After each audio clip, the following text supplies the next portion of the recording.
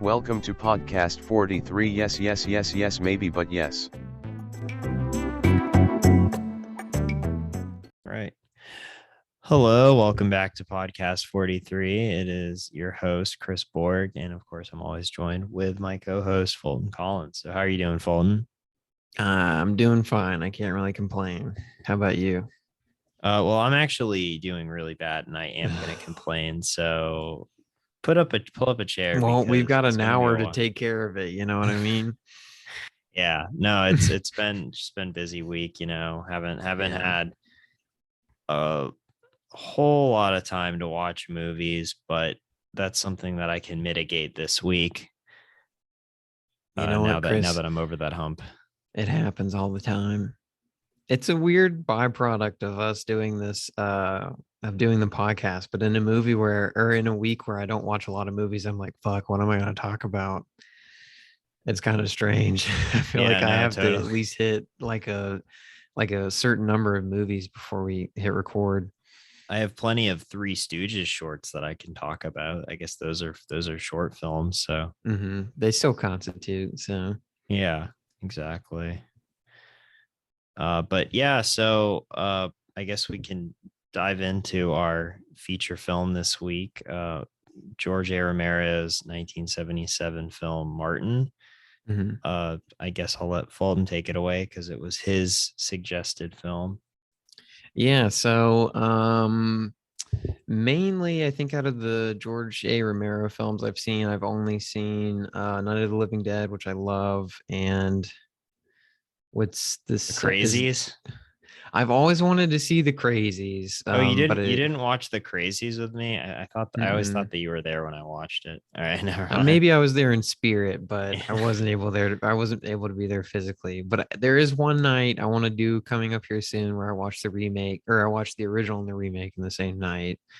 Which they're kind of short if I remember them being. Crazies is So Crazies kind of is pretty bad in my opinion. The yeah. original, I really don't like it, but Hmm.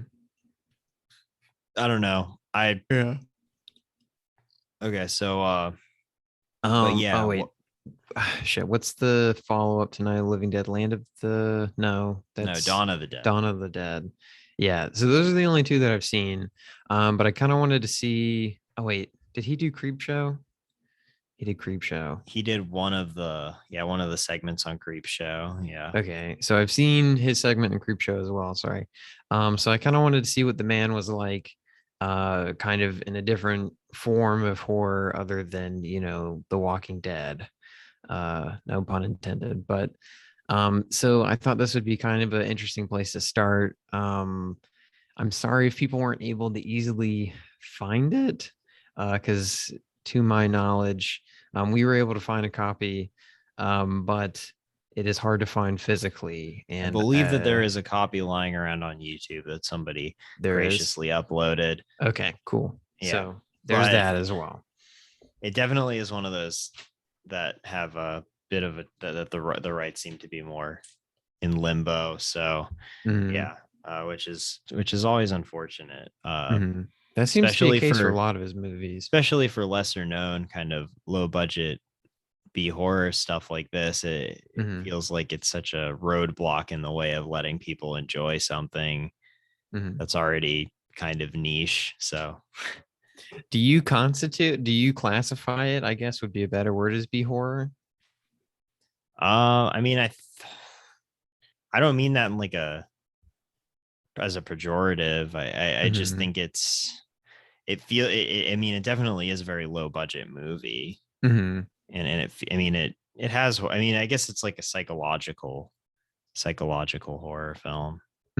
I was just curious. I just wanted to know what you were kind of thinking. Um, so, well, I guess we'll get into kind of first impressions. So, Chris, what were your first impressions of Martin? Well, so I don't know if I'm gonna be honest, Hmm.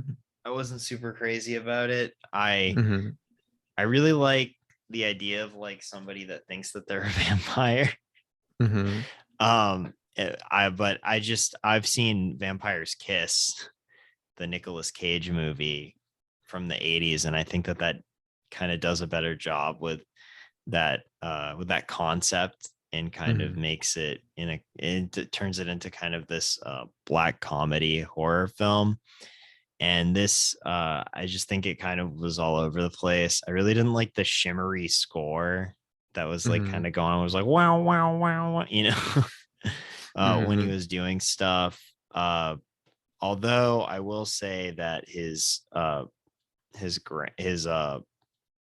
not It's like his his like cousin cousin or or something. something. Yeah. Two people are referred to as cousins, but then it gets Yeah, really it's like his cousin. odd. Yeah. Yeah. His cousin Tate Kuda Mhm.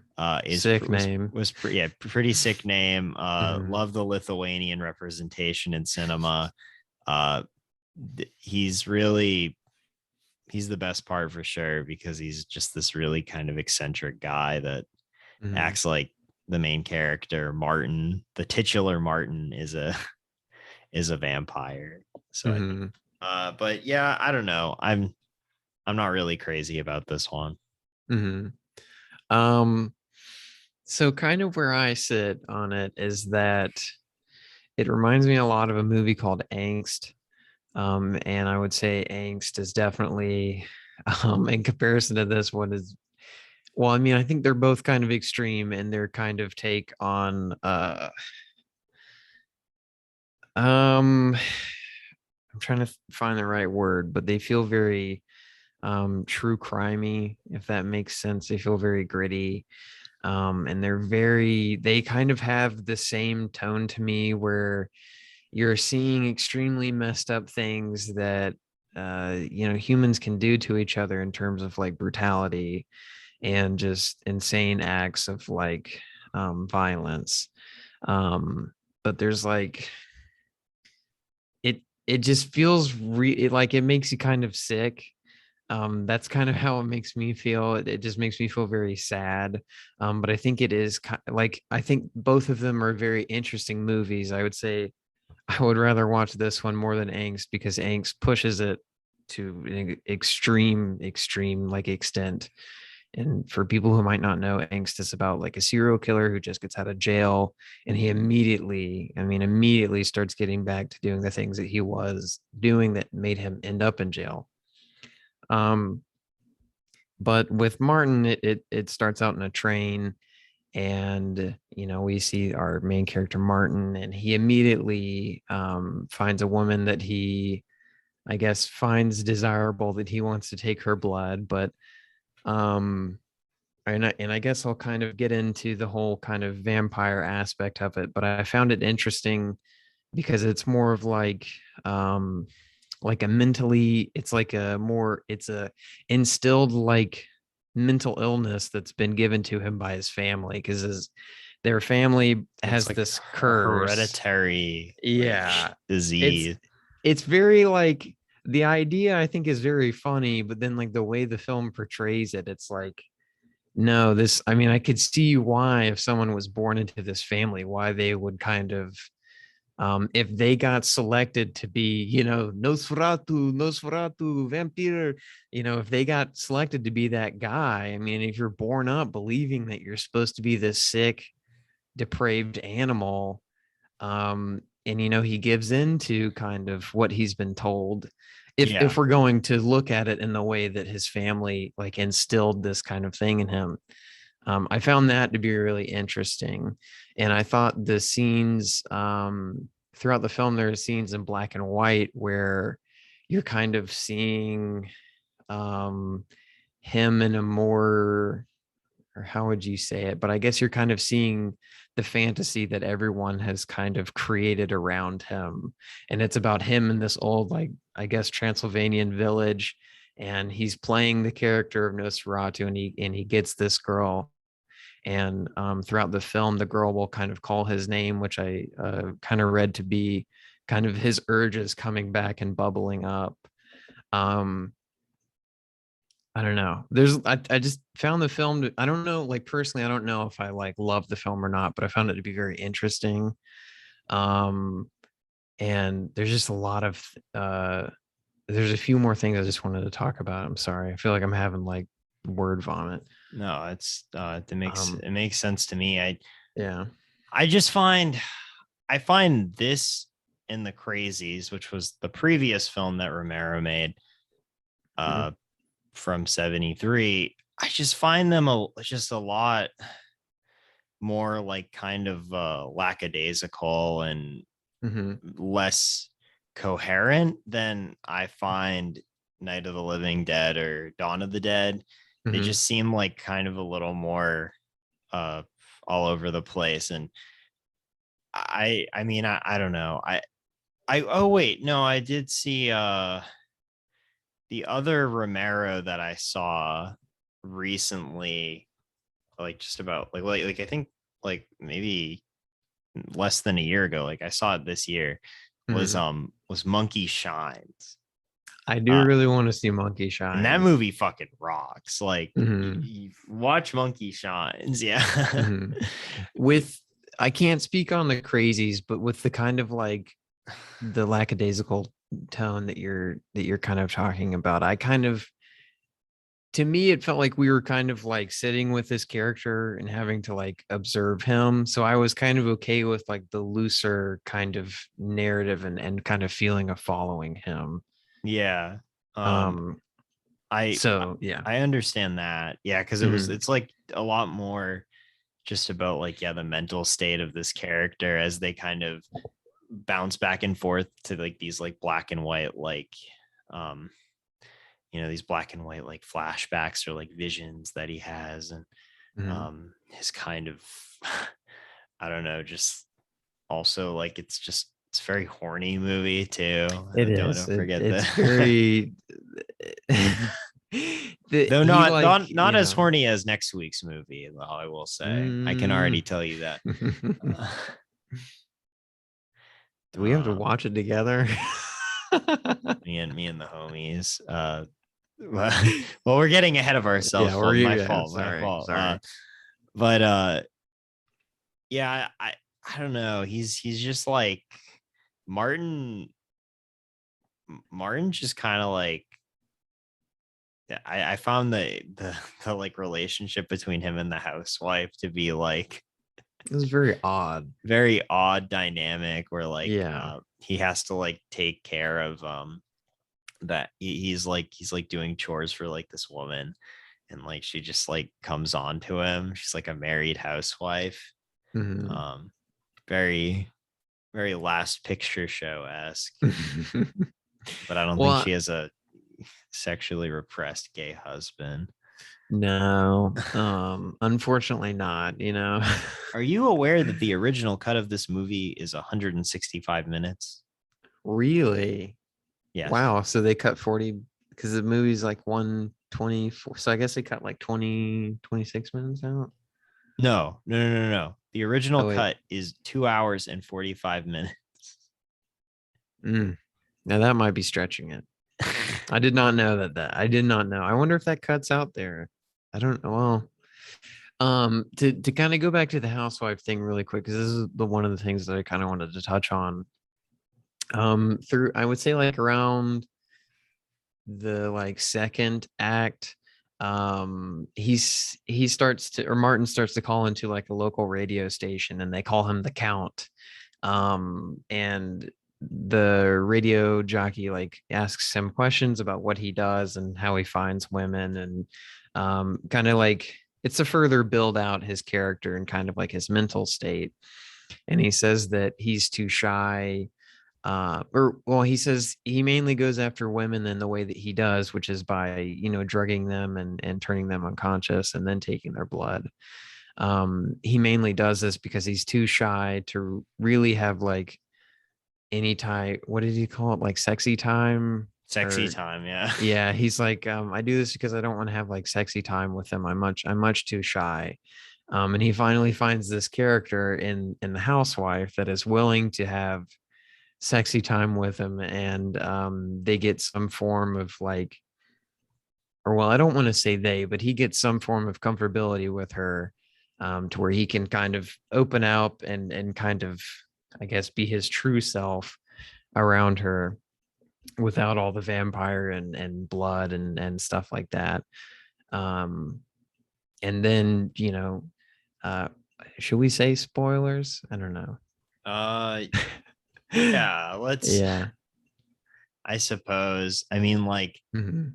we can go into spoilers, sure. Yeah. I think we've painted a somewhat uh reception to the film already. So Yeah, I think people kind of get the idea, but like, mhm. yeah, like the ending is kind of like It's pretty ending's kind of crazy. pretty nuts. Like, Yeah. I thought the visual effects were they actually really surprised me for the ending. I didn't think that they were gonna I mean, I'm mainly talking about there's like a little shootout with the police, and I guess um there's just a shootout with these police officers, and this car ends up running into this police officer, but the police officer's like getting out of the car, and the camera's inside the police car, and the officer's getting out. He's like halfway out, and this car hits him, and it like shuts the door and closes, like, or it like breaks his hand. And so Tom Savini did the special effects, which he's like he's a very, very, the very, very famous yeah. horror special effects artist slash actor, even sometimes. I mean, he's in this movie. Yeah. He has a small role. He's been in From Dusk Till Dawn as well, Hmm. I and in want to other say films. him, and I don't know how prominent the actors' roles are in the rest of George A. Romero's stuff. What's his name? John Amplas, who plays Martin, also shows up in other George A. Romero films as well. He shows up in a good bit of them too. But yeah, I just wanted to highlight that I thought the visual effects were pretty good. I've always kind of liked that it almost looks like like a melted crayon red for the blood. Oh yeah, it's You know, very in the to title drop a Dario Argento movie, a deep red. nice. um, yeah, that's definitely it's probably its biggest I don't know. I think its biggest benefit is that, and then Mhm. like especially like the ending where his cousin Yeah. like drives the stake through his heart. Yeah. He thinks that he Well, that he killed I somebody. I knew he was going to die. I was like, he's either going to die, or it's gonna be like he's gonna reach his like ultimate form or something. I don't know. I will be honest, the film, I couldn't tell exactly where the film was gonna go. It kind of left me not being able to predict what it was going to throw at me next. Um and I thought that was very I thought it was shot in a very fun way. Because the way they have the stake, since it is a low budget film, they shot it from the side. So it's very clear that the cousin is just hammering the stake into like Yep. another piece of wood, but it's just like an optical illusion. I thought that was kind of fun. Yeah, that's always fun. It makes you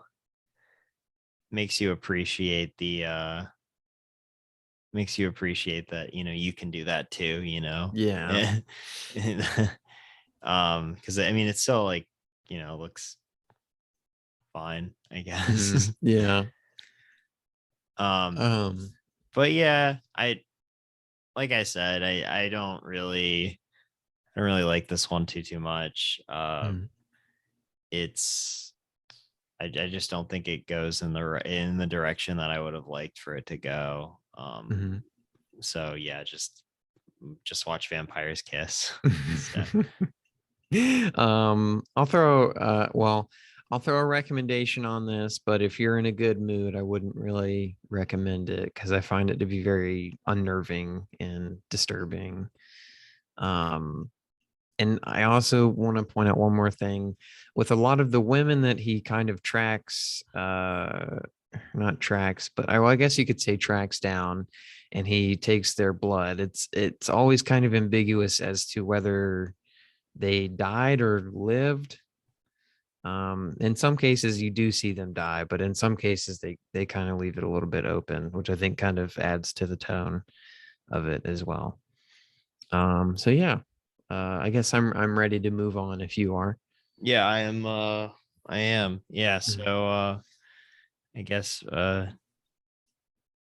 watch it. I guess, but watch Monkey Shines instead. That's if Watch you Night of the if Living Dead as well. If you have not seen that. or Dawn of the Dead, or if you really want, I mean, but like yeah, if you want to watch a movie about a vampire that isn't a vampire, then watch Vampire's Kiss. But if you want to watch a George Romero movie that isn't a zombie related film, then Mhm. watch uh Monkey Shines. That's my And I'm recommendation. I'm gonna do the first ever blind recommendation. Check out Knight Rider because it looks like it would be really Oh, Night fun. Riders. Yeah, that one looks cool. Yeah, I want to that see one that. looks It's the one really where fun. it's the one where it's like they're knights and they joust on motorcycles, I So believe. sick. Uh and also don't forget to check out the don't forget to check out the George Romero documentary from Mhm. 1974, OJ Simpson Oh Juice on the yeah. Loose, which apparently is a documentary on the career of OJ Simpson, the upcoming running back for the Buffalo Bills football team. Mhm. Now, I think that this is the definitive documentary on the life of OJ Simpson.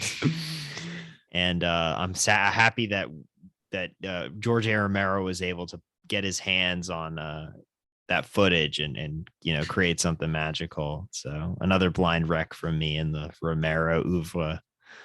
Uh, Oh, dude. Oh, it's okay. He was in Mask, has a great mustache. How am I forgetting his name? He was in The Man Who Killed Bigfoot and Hitler or something. Sam Elliott. Sam Elliott. Okay. I was gonna say is Sam Elliott in Night Riders. Uh, no, no, he's That's a not. missed opportunity. Yeah, That that's is a okay. missed opportunity. For some reason, I could see Sam Elliott's face in my head, but I was like, my brain was saying Tom Waits. I was like, no, that's not right at all. But okay, Tom but Waits could ad do break. something like that. I Yeah, can that'd see be really that. cool. Yeah, so I guess we're moving on to recent releases then, and I think both me and Fulton have one that we can talk about. Yeah.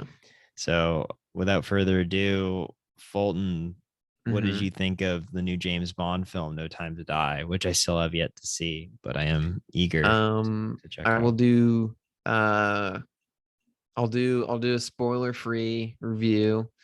Um, it should be called No Time to Come, if you ask me, but that's just me.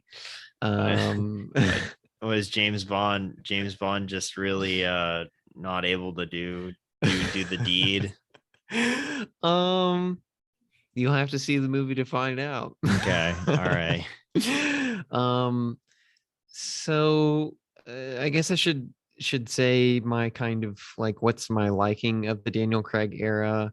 It's kind of the era of Bond that I'm most familiar with. For some reason, I thought Daniel Craig was so cool when I was a kid, and I still think that holds true. I find him to be a very very interesting Bond. And I think the Craig era is really interesting because if you look at the movies that people kind of like shit on, like Quantum of Solace, which I'll talk about later, and then Spectre, which I'll hopefully talk about next week because I'm gonna rewatch it. But I was gonna say I think those movies they get a little too much hate, but they're also sandwiched in between like two really good Bond films. Talking about Casino Royale and Skyfall. But to get to No Time to Die, I hated Spectre when I saw it in theaters. I like it made me so frustrated. Yeah, I hate Spectre Um, too. yeah, I think I want to be easier on it when I upon a rewatch. But I had not seen Spectre. I'd only seen Spectre once. That was in theaters on the opening day, and I had not seen it again. So with this film, you kind of have to be familiar, at least with the Spectre storyline, and kind of it is an ending to the Daniel Craig era, and I think in many ways it is kind of faithful to what the era has been. Um, and I just want to kind of, I have very mixed feelings about it, but the film has been growing on me a lot, and like I really want to rewatch it. And I really want to rewatch it with subtitles, so I can like hear better Mhm. and kind of understand, because I felt like for like a lot of the movie I felt very confused. But that can be attributed to like a few things, just like I said, you have to be very familiar with, I mean, not very, they do try to do a way to kind of explain it and kind of catch people up who may not have been so familiar with the Spectre kind of storyline. But I think it is kind of like important to be aware of that storyline and going to go into this one. But I'm trying not to do spoilers. It's kind of difficult. But I will say this. Kiri Fukunaga, I love. I'm a really, really big fan of his direction. So I was really excited to see what he would do with this one. Have you seen Cinema Nombre? I have not, but I really want to. I think he only has like 2 or 3 movies that I haven't seen that I really want to see, because I've seen True Detective, I've seen Maniac. Beast of No Um, Nation. I haven't seen that one, but I really want to. I've only seen his TV work, I think, which is a shame. Yeah. Uh, but and I also kind of believe that his writing was the only thing that really brought a lot of strength to it, part one. I think I just really kind of believe that, but and well, the casting was good, but I think the script had a lot to do with it too. Where was I? But No Time to Die, it's still very faithful in the way that like the new Craig era looks very sleek and very well shot in terms of cinematography, and a lot of the action set pieces are really fun Mhm. and sleek and everything. But I will say that I think where I kind of get a little uneasy is that the Craig era has mainly been defined by its like realness and groundedness. Well, it's And mhm, yeah. I mean, I get you. mhm, Well, Quantum of Solace, infamously, I should say, tried mhm, to mimic the whole the direction of the Paul Greengrass, Jason Bourne films. So mhm. they just felt kind of like, oh, so much cutting, and like Yes. not really kind of letting the audience take in the action in full. It Mhm, felt kind of just very kind of schizophrenic. mhm. Yeah, So no, and I'm excited to talk more about that. Because I have been looking forward to talking to you about Quantum of Solace. But with this film, I think what Carrie and the writers tried to do is, I think they tried to bring back some of like the campiness of the older Bond films, which I don't really mind, but I don't necessarily think this was the film to do that. Because the Craig era, like I said, has been really grounded and gritty. So I think and I'm okay with that campiness because I love it, but I don't think that this is necessarily the movie to do that. And I think that's probably where I'll kind of leave off. uh well, on that note, Mhm. I watched Dear Evan Hansen, which opens with actually that title. They starts with Dear Evan Hansen. He goes, Dear Evan Hansen, and it's anyways. No, continue. The thing about Dear Evan Hansen is that I think that in there is a good movie, there's a good idea, but it's buried in its lack of a self-reflexive narrative, Mhm. asking the audience to sympathize with a sociopath who lies about being friends with someone who committed suicide. Uh, there's some dramatic performances that are immediately undercut by piss poor songwriting. So that is definitely a major detriment to the film. Mhm. And yeah, I mean, I guess I'll just reiterate what other people have said about Ben Platt as the lead being very out of place. I think he's good actor. Well, there's one friend of the show I know. who speaks contrary. Well, maybe he can give us his opinion next week if he comes on, but no, it's bad. It's bad. It's quite a horrible movie. And it's there's potential though, and I don't think that potential is maybe fully realized. So don't see it. It's also 2 hours and 20 minutes long. Ooh, I did not know that. Yeah. Damn. So yeah, that's all. I guess that's all really I have to say about Dear Evan Hansen. Not the worst thing I've seen this year though. So it's not Free Guy. Or so yeah, that's that. I think those are both those that you didn't see anything else this week, right? No, but next week, me and Chris will, I'm gonna go see Halloween Kills, and then me and Chris are gonna try and see The Last Duel. So we'll have the recent releases pretty stacked for next week, hopefully. Yeah. So that's to look forward to. But Chris, what have you been watching in the past week or so that you'd like to talk about? Well, my top 3 this week is it was a slow week. So I'm gonna say that I'll just kind of list 3 movies that I watched, and then kind of briefly talk about the Three Stooges. Let's go. So yeah, like the best thing I watched this week was definitely James Whale's The Bride of Frankenstein. Great. I hadn't seen I'd seen the original Frankenstein by James Whale, and then I never watched The Bride of Frankenstein until last week for some odd reason, but I do think it's the better film, but they really do complement each other because they really are a two-part. It's really a two-part story, considering it takes like Dune. Yeah, like Dune and Divergent Part 1 and Part 2, and Hunger Games, Mockingjay Part 1 and Part, and Twilight, Breaking Dawn. Yeah. So but they got to respect their ancestors. They got to respect their elders. Yeah. Che Part 1, Part 2. Yeah, when you think about it, Frankenstein is kind of like the Che Guevara of the Universal monsters. So yeah.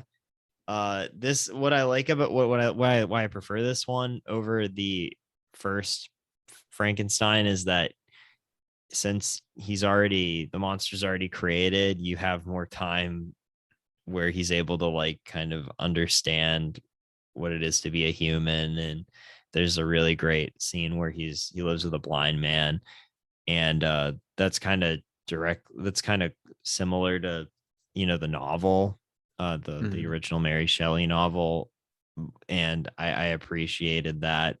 And then I also think that there's a lot of great themes about kind of there's great humanist themes, as well as kind of the continuing themes of if you should be able to play God and the power that you have to reanimate life. The bride doesn't really show up until the last part of the film, but I also think that that's a very impactful scene when she meets the monster. And so they added a bunch of Universal monster movies to the Criterion channel this month. So I would implore people to check them out. They're also super short, like, because they're movies from the 30s. It's quite an interesting selection because they have The Bride of Frankenstein, but they don't have the original. They don't just have Frankenstein. And they don't have Bela Lugosi Dracula, but they have the Spanish language Dracula, which I've been really meaning to check out. Interesting. Invisible Man, Wolfman, Edward G. Ulmer's version of the Black Cat, Creature from the Black Lagoon. But yeah, so if you want to get in the Halloween spirit, the retro and go a little retro, then yeah, check those out. And then I'm gonna talk about David Cronenberg's Dead Ringers, which I saw as well, which is about two homies, two bros that chilling out, watching. Have you seen it? No, I was just kidding. Oh, they're it's trying to allude to what next week's film is again. Thank you. Yeah, it's like two twin brothers that like are super close, both played by Jeremy Irons, and they like get like romantically involved with the same women, and then it's just it just gets super psychologically effed up. And I know I heard that they were making a remake of that, but with Jeremy Renner. And I'm really excited about that. That would be sick. And he's gonna do the soundtrack too.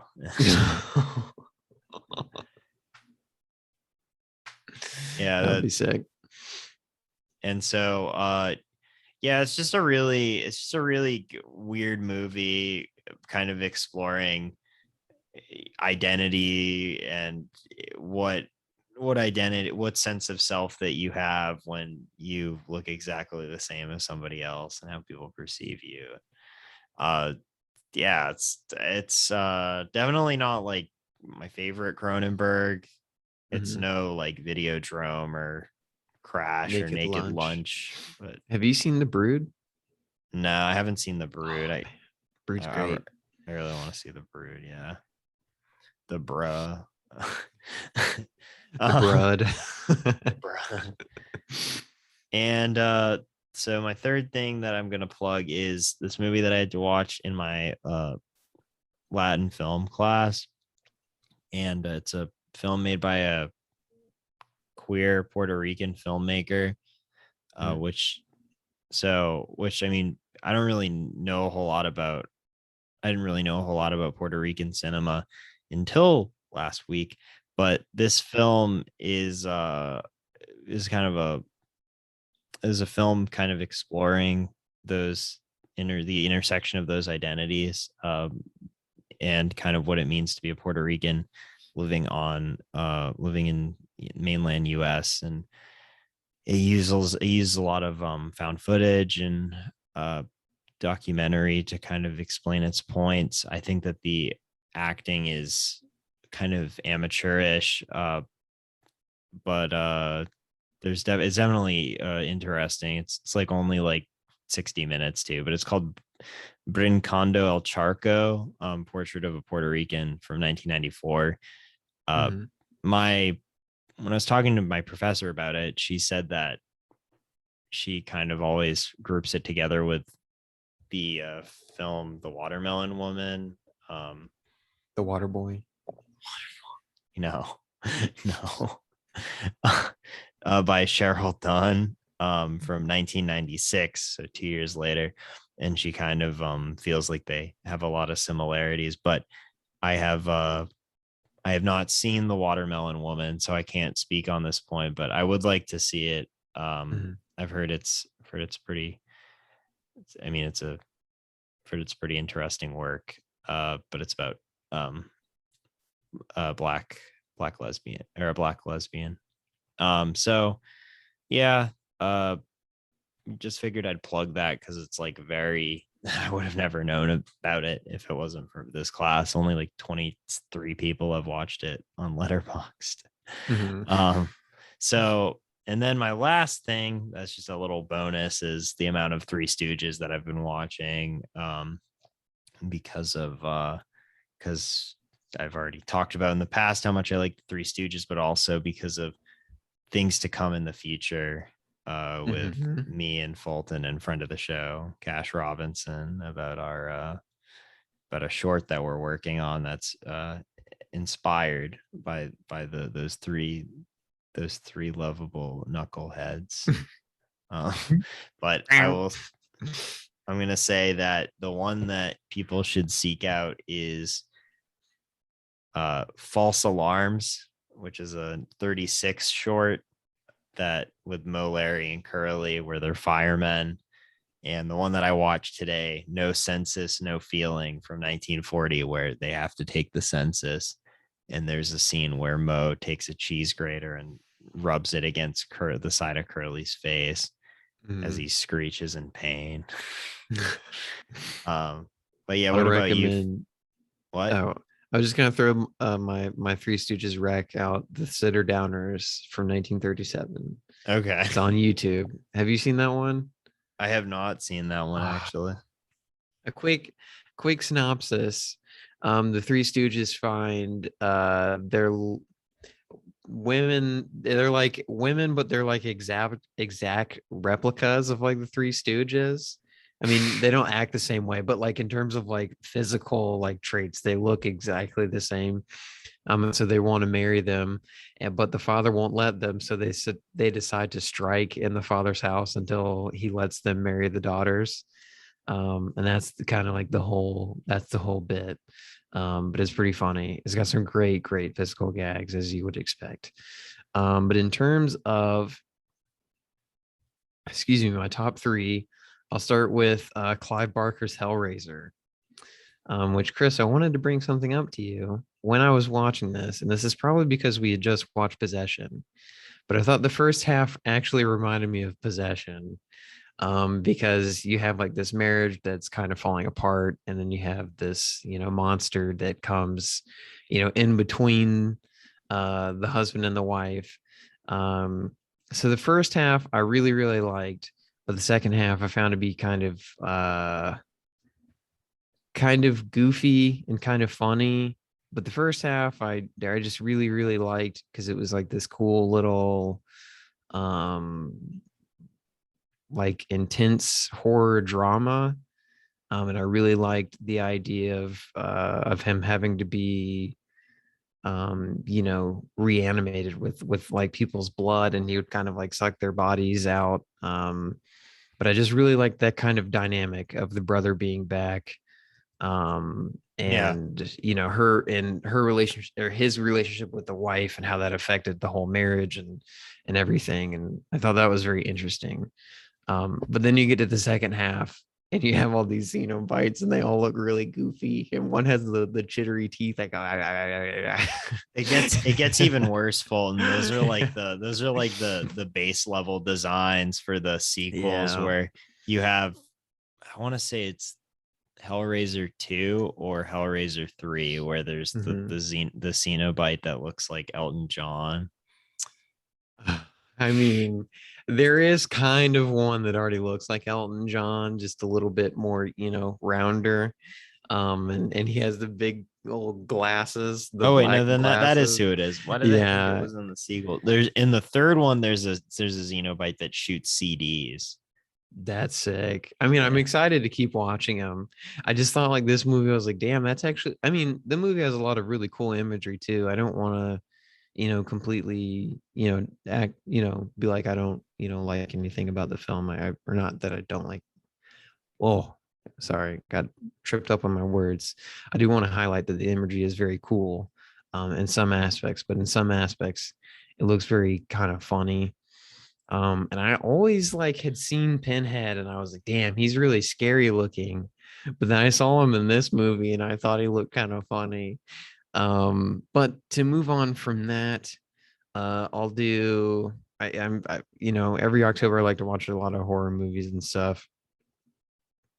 So I watched the Nightmare on Elm Street remake from 2010 that has Jackie Earl Haley as, the titular Freddy Krueger. Um, and I was actually kind of excited. I had never seen any trailers or any photos or anything of this movie. I just knew that Jackie Earl Haley played Freddy Krueger, and off that alone, I was pretty excited. Um, and I was just not that crazy about this movie. Um, it's very like indicative of a lot of the kind of visual cues and kind of visual styles of a lot of like early 2010s like horror. And I feel like it took all the worst traits of all those movies and put it into one, which is really sad. And I don't like saying that. And I was like, okay, well, if I don't like all the visual kind of decisions they're doing, maybe I'll like, Jackie Earl Haley. And I'll be honest, the longer the movie goes on, the less I felt okay with it. But I never really liked it. Unfortunately, I never could really like get into it, but it happened to be a little bit less. Um, I can't believe that. you know, I can't believe that Rooney Mara's in it though. That's insane. man, I think I like Rooney Mara and Carol, and that might. I think everyone has like a small batch of actors and actresses that like no matter what they do, they just never click for that person. And I have some of those actors and actresses, and I hate to say it, but she is one of those actresses. And I felt like I was watching Song to Song again while watching this movie. I was like, oh no, stop. I just Quite the comparison. well, I think it's a very similar performance. And I think kind of one of her she just looks so disinterested. And I know that's like a part of her kind of that seems to be a trait with a lot of her characters, that they have this kind of like intense sadness. And I understand why her characters would be sad because of the situations that they're in. And she should definitely be sad in this movie because she's being targeted by a serial killer, who's also, a pedophile and everything. And I know the Nightmare on Elm Street films have always played with that idea of Freddy being a pedophile, and he was killed because what he did to these children Yeah. by their parents. But in this movie, for like part of the film, they build this narrative that the kids were just lying, right? Like, oh, they just made it up. And I thought that was really interesting. I thought it was a way to kind of turn it on its head. But then at the end of the movie, they're like, nope, Freddy did all this. And which I'm fine with again. But I think the film kind of takes it to like 11, and it just feels really wrong.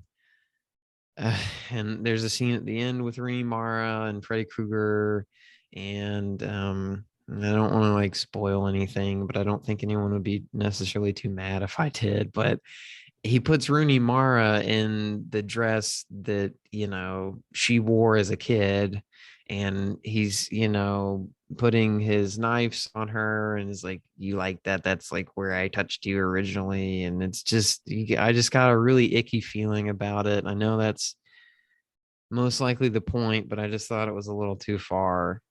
But one highlight that I did like, at least in concept, there's a scene near the end where Rooney Mara is running down a hallway, and the hallway slowly turns into like this kind of like it turns into a blood, and it turns into blood, and she ends up like falling into like this pool of blood. I thought that was really interesting. I just wish they would have done it practically, because it would have looked amazing if they would have done that.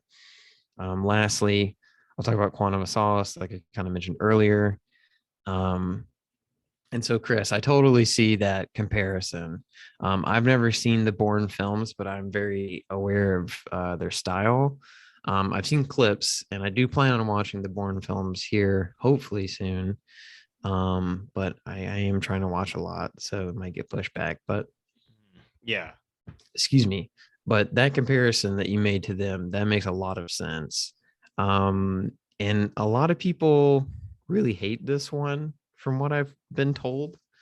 Would you agree? Do a lot of people Yeah, really this dislike seems this to be one? the people really. I mean, people seem to not like Spectre in this Yes. one, and really like Casino Royale and Skyfall. And I think people seem to be positive on the new one, but I think we have to let time kind of. Yeah. I've heard a few people that really hate it.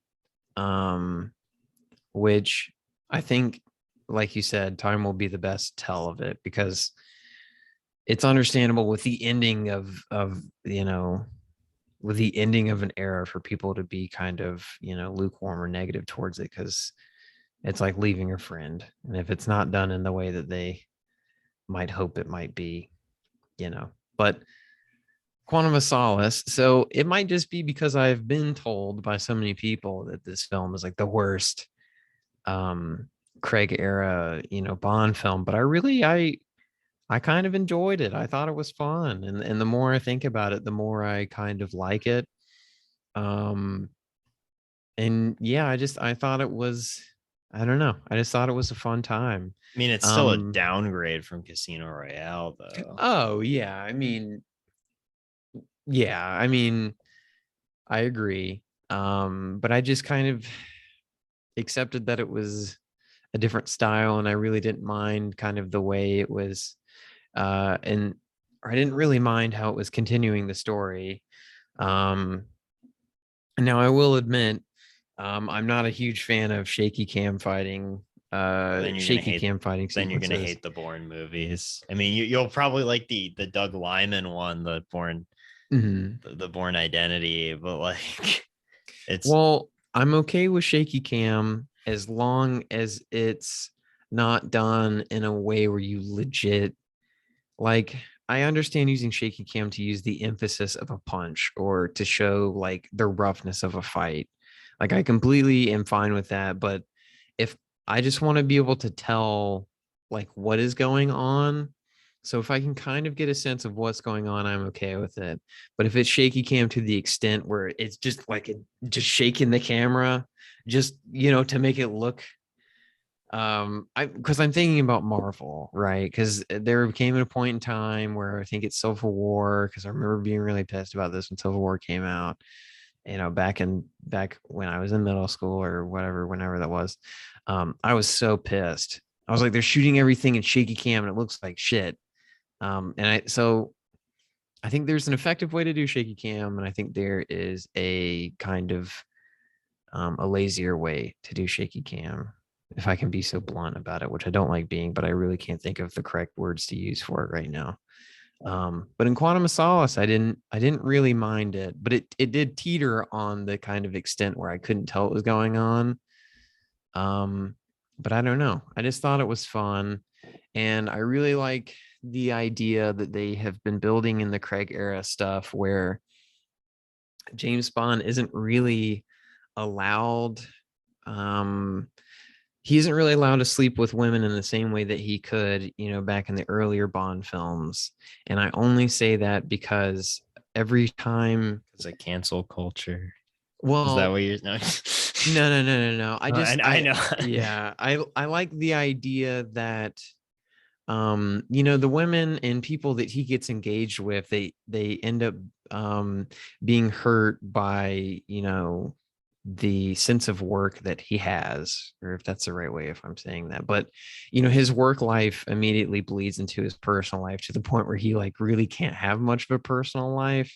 And I just find that interesting because from what I can remember, I mean, Casino Royale, the woman that he loves passes away. And can see in Quantum of Solace, the woman that he engages with romantically is, Javier Bardem. Yeah. That's the real.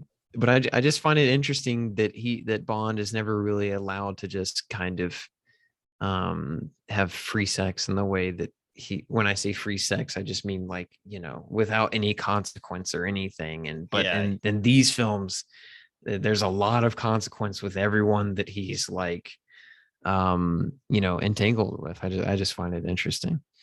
Yeah, he's gonna be like, he can't do like the cool, just like womanizing. I hope I'm not making it sound like I want that. I don't mean him being a womanizer is cool. It's an evolution of the character. Yeah, very much. And again, I think, watching all the Craig era stuff is really interesting in terms of build up to No Time to Die, because No Time to Die does something really, really interesting in that regard, and it actually has a fun little spin on that, I feel. Or not, well, fun, but I don't know if fun's the right word, but it is very interesting, and it does feel like a new space and a new direction for Bond as well. So that was what I forgot to say, is that it actually does do something. I feel like that's completely new with Bond. Well, sorry for my rambling. No, it's all right. Is that your top 3? Yes, that's my top 3. Well, on that note, I guess all I want to say is we will be announcing the winner of the famed winner of our community choice pick for the month, which is the people have spoken. The people have spoken, and since we do believe in the democratic process, which has failed us twice, I would like to stress that we will be watching. Well, I think we have an issue of campaigning. Yeah, there's certain people that campaign certain films, which I'm not saying is an issue. I guess I just did say it was an issue, but I'm just saying that if you feel very passionately about a film that you want to be the featured film, campaign it. Other people are doing it, so you might as well do it too. That's democracy. You're right. That is lobbyist. They had the lobbyists. There were people on the dole, but nonetheless, here we are. And we will be watching Abel Ferrara's 9 Lives of a Wet Pussycat from 1976, which was a pornographic film that he directed.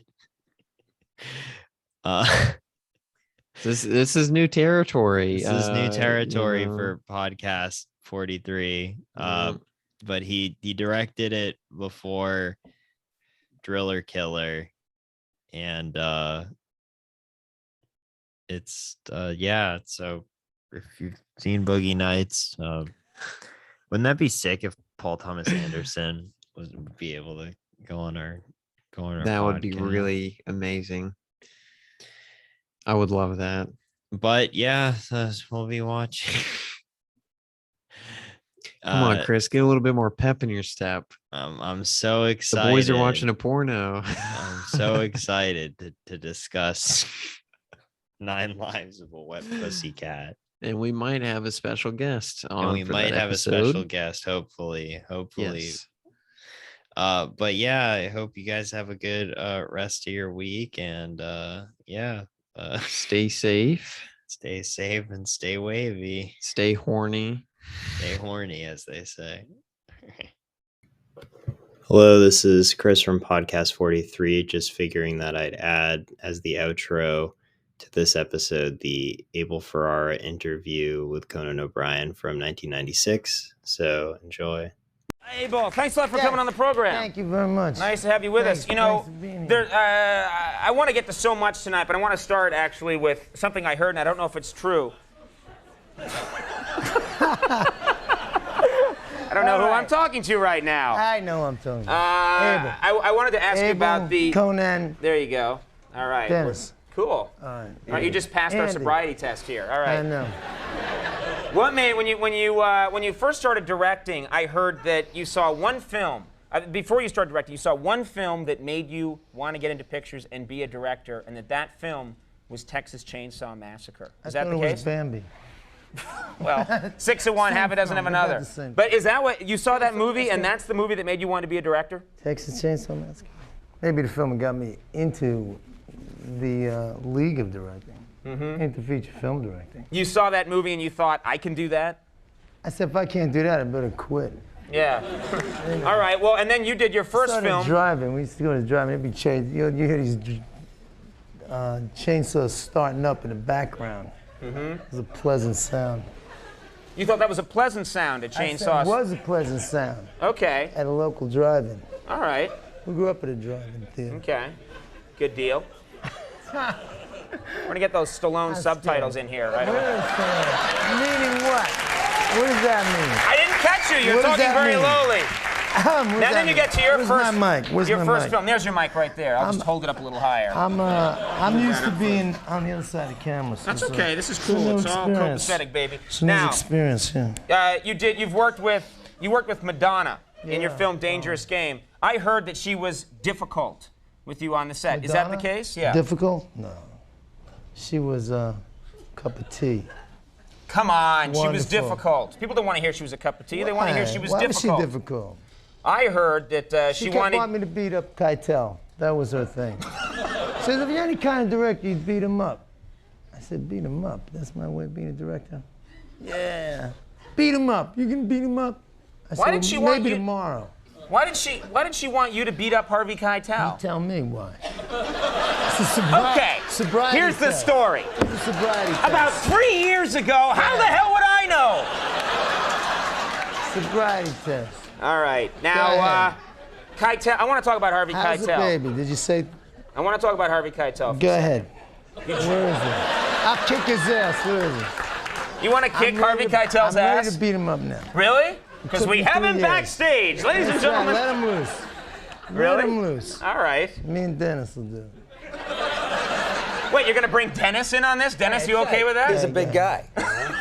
You could. All right. You get, now Harvey Keitel, you did a movie Bad Lieutenant, where he's Yeah. nude in some moments of this movie, not in just some moments. It was very controversial at the time. There's a scene where Harvey At the Keitel, time? in the as the Bad Lieutenant, dances around, Yeah, right. completely nude. I heard it was his Completely idea.